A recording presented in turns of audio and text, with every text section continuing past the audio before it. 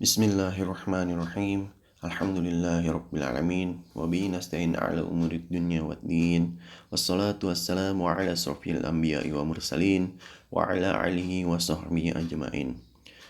Asyhadu an la ilaha illallah wahdahu la syarikalah wa asyhadu anna Muhammadan abduhu wa rasuluh alladzi ma la nabiyya ba'da.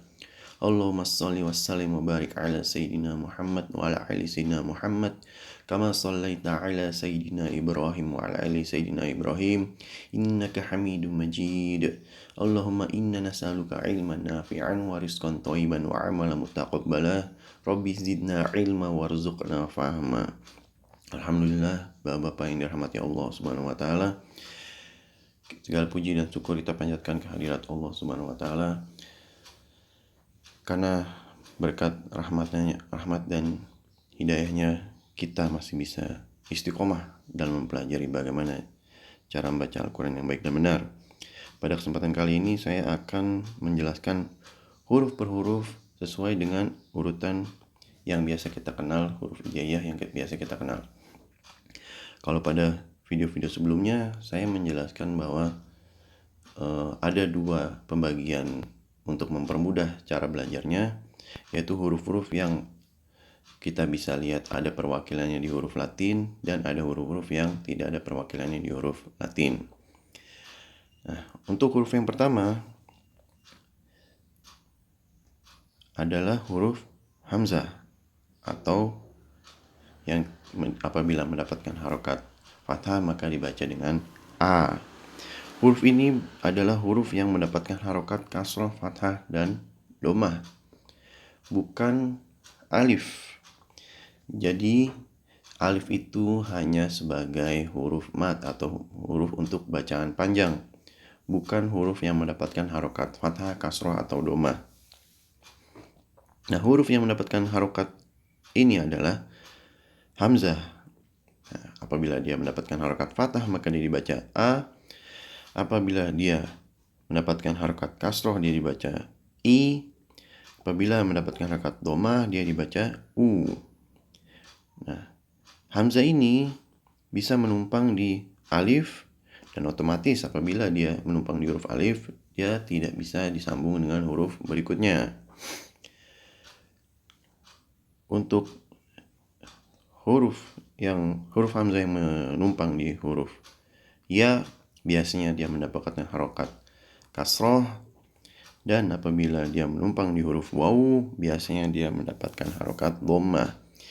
Namun bisa juga hamzah ini berdiri sendiri seperti ini, a, i, u, dan dia tidak bisa disambung dengan huruf berikutnya. Lalu huruf berikutnya ada huruf ba, ta, dan tha.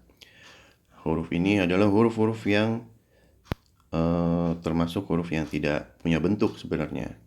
Jadi hurufnya bisa aja dengan garis lalu dikasih titik bawah, itu titik satu di bawah itu berarti ba. Apabila mendapatkan titik 2 di atas berarti dia ta. Apabila ada titik di atas 3 itu tha. Nah, huruf-huruf ini perubahannya seperti ini: ba, bi, bu, ta, ti, tu.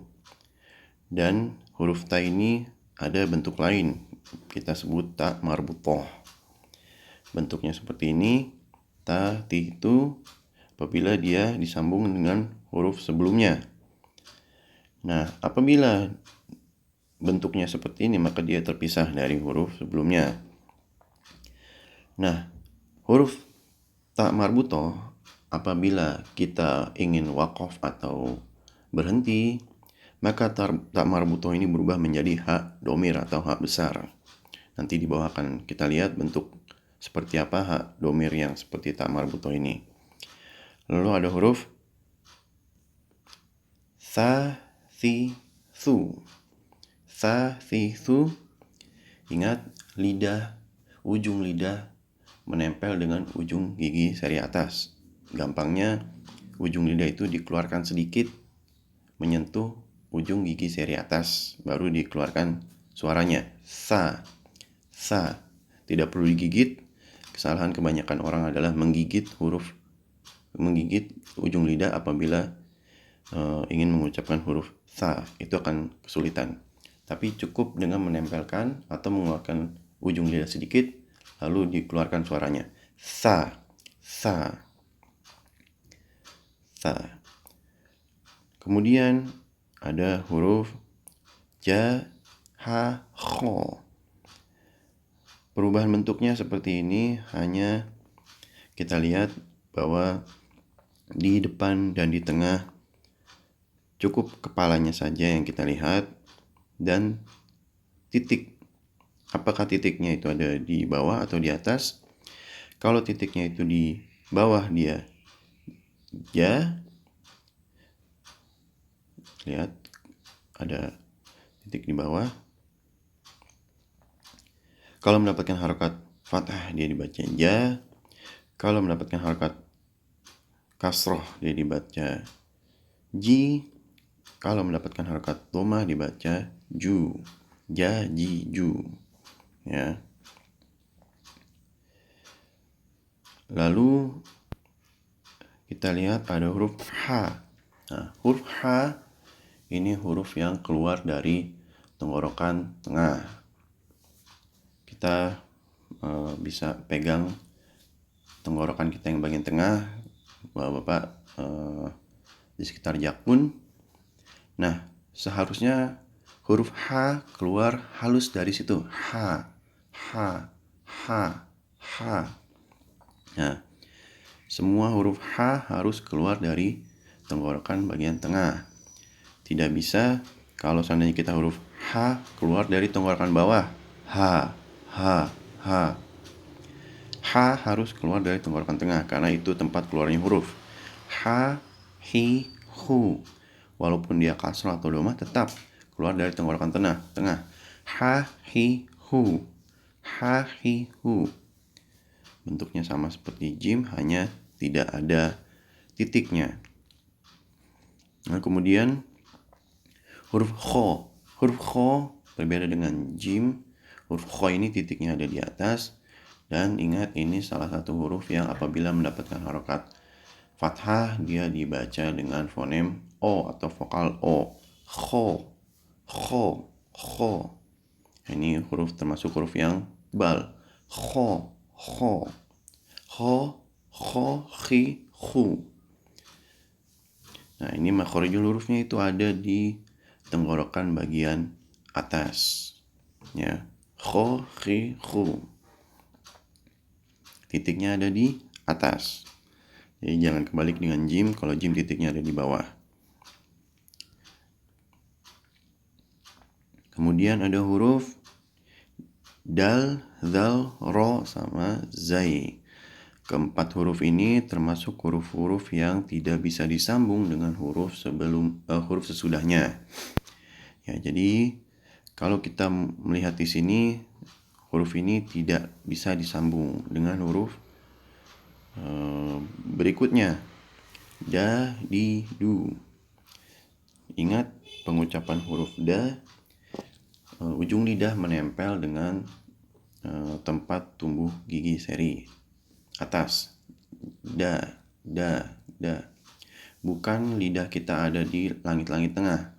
Karena kalau seperti itu nanti keluar keluar aliran udara. Da, da. Harusnya da, da, da, halus. Da, di, du. Da, di, du. Lalu ini ada za, zi, zu. Ini za sama seperti tha, ujung lidah menempel dengan ujung gigi seri atas. Ya, za, za, za. Za, zi, zu. Tidak perlu digigit, cukup ditempelkan dengan ujung gigi seri atas atau di lidah dikeluarkan sedikit. Za, lalu keluarkan suaranya. Za, zi, zu. Ini untuk huruf ro. Ro ini hurufnya huruf termasuk huruf yang tebal. Kadang dibaca tebal, kadang dibaca tipis, tergantung. Nanti ada beberapa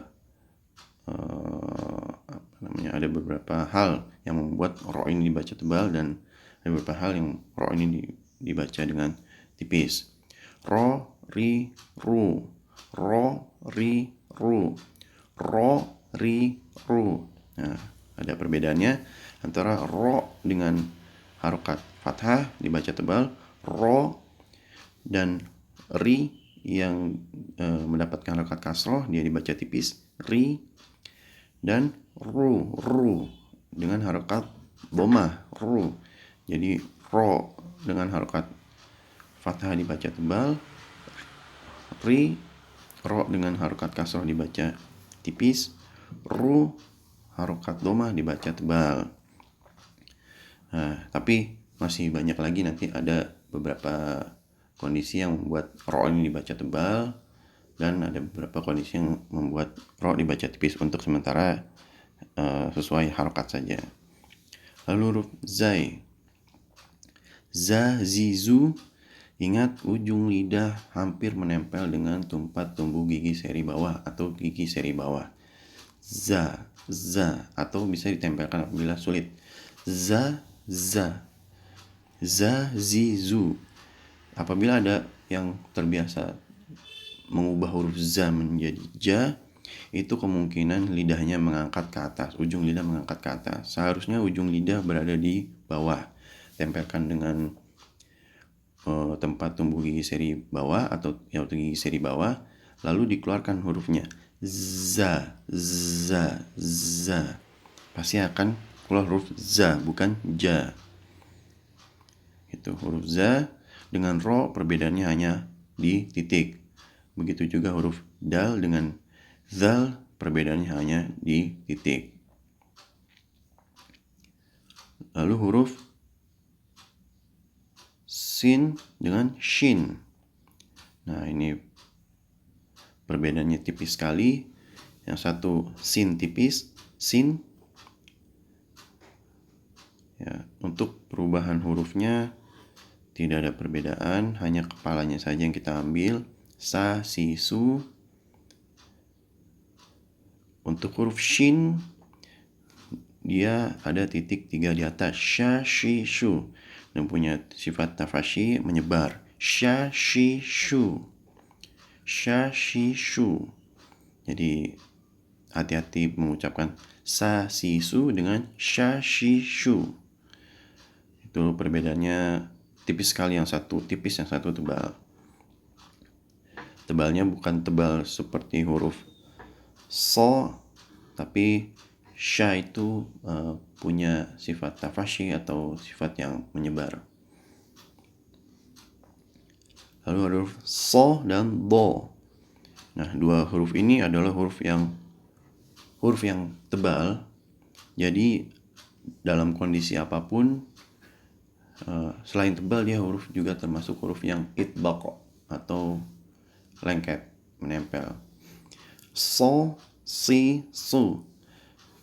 Kalau huruf-huruf yang lain, huruf yang seperti kho, seperti ko nanti, contoh seperti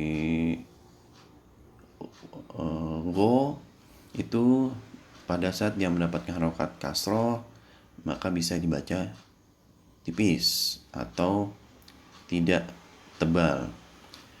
Tapi apabila so dan do, itu huruf yang mempunyai dua sifat. Pertama, isti'la dan itbaq.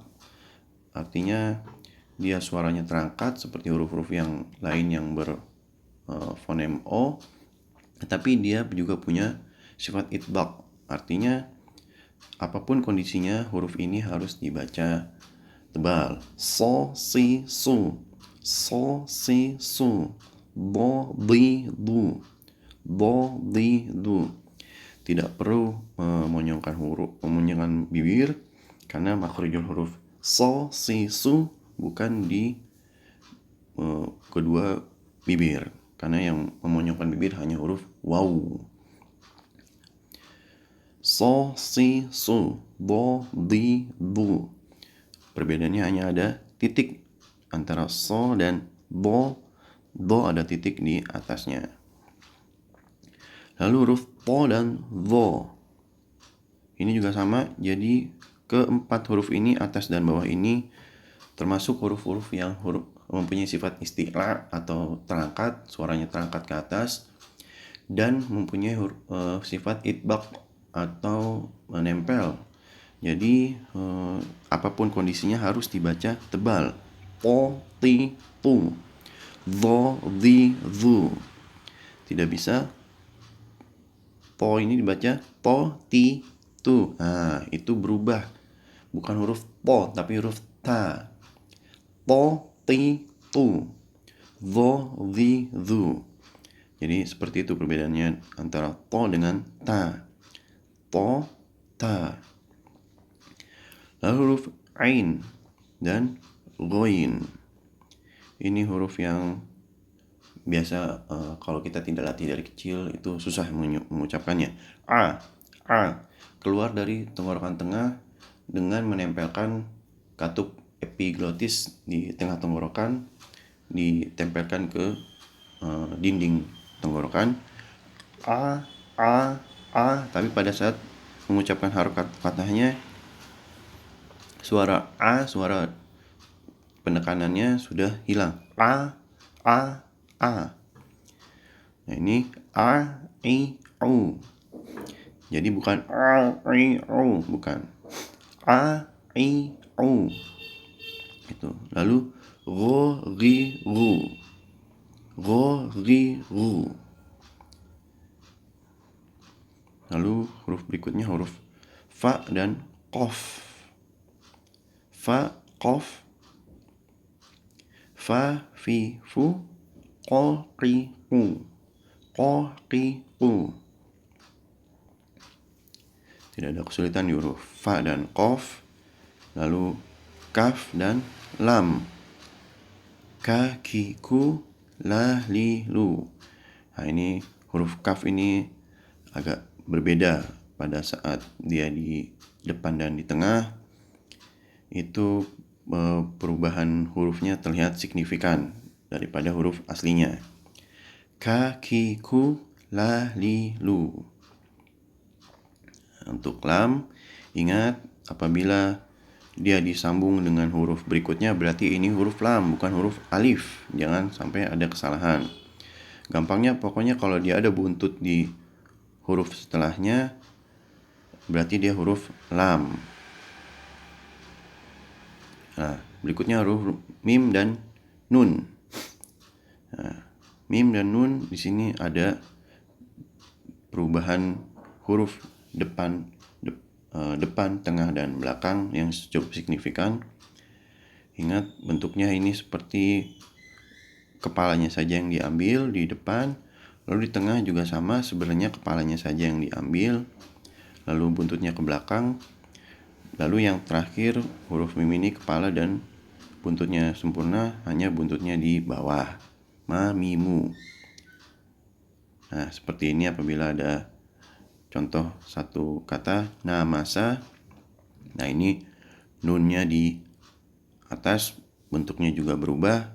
Dan ini bukan huruf ghoin, karena huruf ghoin bentuknya tidak seperti ini apabila dia di depan. Huruf ghoin kita lihat kalau di depan seperti apa. Nah, seperti ini. Memang sedikit mirip, tetapi perbedaannya terlihat bahwa ghoin itu lingkarannya lebih hampir menutup. Sementara ini agak terbuka nunnya. Namasa. Majada. Ini majada. Lamaro. Lihat lamaro. Lihat mimnya hanya berbentuk sedikit. Dan ini lam, jangan sampai nanti ada yang baca amaro. Kenapa? Karena alif atau hamzah yang menumpang di alif itu tidak bisa disambung dengan huruf berikutnya. Nah, ninu. Nah, ini na, ninu. Ingat, ini huruf na, bukan za. Kalau za tidak bisa disambung dengan huruf berikutnya. Jadi jangan sampai kesalahan membaca za, ninu. Banyak huruf na yang seperti ini nanti di Al-Quran. Ini na, ninu. Yang terakhir huruf Waw, H besar atau H domir atau H yang keluar dari tenggorokan bawah, dan ya. Waw juga termasuk huruf-huruf yang tidak bisa disambung, jadi tidak akan kesulitan dalam bacanya. Waw, makhrajul hurufnya ada di dua bibir dimonyongkan. Waw, wa, wi, wu. Wa, wi, wu. Untuk H ini tidak ada kesulitan karena huruf H ini huruf-huruf yang sudah biasa kita ucapkan. Ha, hi, hu. Nah, ini ada huruf H besar yang tadi saya sampaikan bahwa apabila tak marbutoh mau di waqaf atau kita mendapatkan pada akhir ayat kita mau berhentikan, maka kita jadikan sukun, maka bentuknya jadi seperti ini, tidak ada titiknya, itu saja. Seperti ini juga, ha, hi, hu. Terakhir, ya, yu, ya. Ini mudah hurufnya seperti ba, ta, tha, dan nun. Hanya dia ada titik dua di bawah. Ya, yi, yu. Ya, yi, yu. Cukup mudah, tidak ada kesulitan karena ini seperti kita mengucapkan huruf Y, tinggal ditambah vokal A, seperti itu saja. Demikian video kali ini. Semoga dengan penjelasan huruf per hurufnya ini kita bisa praktekkan pada saat membaca dan kita pelajari mana yang di kita ini kesulitan dalam mengucapkannya. Tinggal dilatih setiap hari, insya Allah baca Al-Quran jadi lebih mudah. Wassalamualaikum warahmatullahi wabarakatuh.